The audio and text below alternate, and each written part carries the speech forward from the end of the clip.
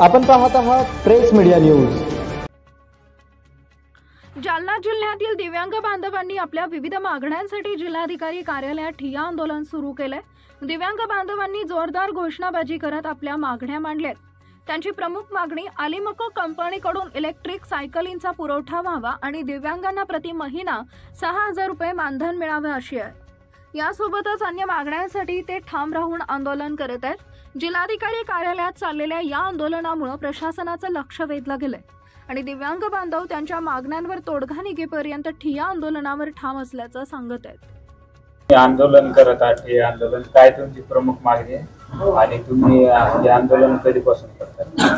आम्ही गेल्या 2 वर्षापासून असे अनेक आंदोलन केले आणि अनेक कलेक्टर आले आणि बदलूनही गेले आणि आम्हाला या कलेक्टर लोकांनी फक्त आश्वासन दिले आणि 200 चौरस फूटची जी जागा आहे शासनाच्या नियमाप्रमाणे, या नियमाचं त्यांनी उल्लंघन अनेक वेळेस केलं। कारण की आम्हाला सांगितलं की तुम्ही 200 चौरस फूटच्या जागेवरती तुमचा दिव्यांगाला बसण्या उठण्यासाठी तुम्ही गाळा करू शकता, म्हणजे 10x30चा।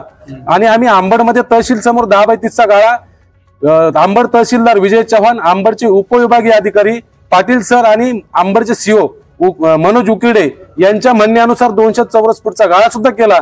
आम्हाला कुठली नोटीस न देता या लोकांनी गाळा पाडून टाकला आणि त्यानंतर आंबडमध्ये आमची दुसरी मागणी आहे की आंबडमध्ये जे आमचे आमदार आहेत त्यांच्या समिती जी गठीत केली होती, संजय गांधी निराधार समिती, त्या समितीमध्ये मतदान मिळवण्यासाठी 70% बोगस लोक निवड केलेली आहे। म्हणजे आधार कार्ड एडिट करून जे 40 वर्षाचे लोक आहेत, 40-45 वर्ष अशा लोकांना सुद्धा पगारी लावले आहेत।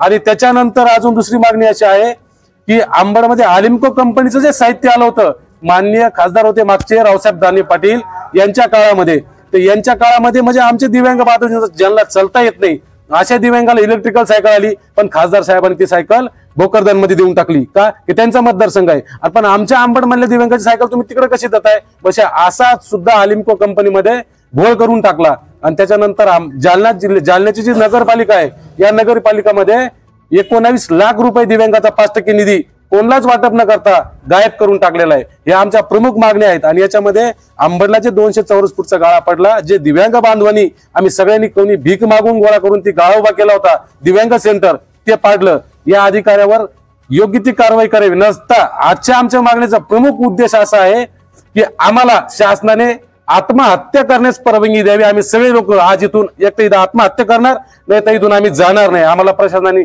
उचलावं, मारावं, काय करायचं करावं, आमचं जीवन इथं संपलेलं आहे। हेच आमच्या प्रमुख मागणी आहे। जिल्हाधिकाऱ्यांनी तुमच्याशी आता चर्चा केली, बरेच आश्वासन देखील दिले, त्या आश्वासनावर तुमचा भरोसा नाही का? आम्हाला जिल्हाधिकारी यांच्यावर कुठलाही भरोसा नाही, कारण की याच्या अगोदर 3 जिल्हाधिकाऱ्यांनी आम्हाला सेम असेच आश्वासन दिले, परंतु कोणत्याही अधिकाऱ्यांना ते जिल्हाधिकाऱ्यांना ते पूर्ण न करता इथून बदल्या करून गेलेले आहेत। तर यांची सुद्धा काय गॅरंटी हे पूर्ण करतील का नाही? त्याच्यामुळे आम्हाला यांच्यावर सुद्धा भरोसा नाही। एकतर कारवाई करा, अन्यथा आम्हाला सर्व दिव्यांगाला आत्महत्या करण्यास परवानगी द्यावी।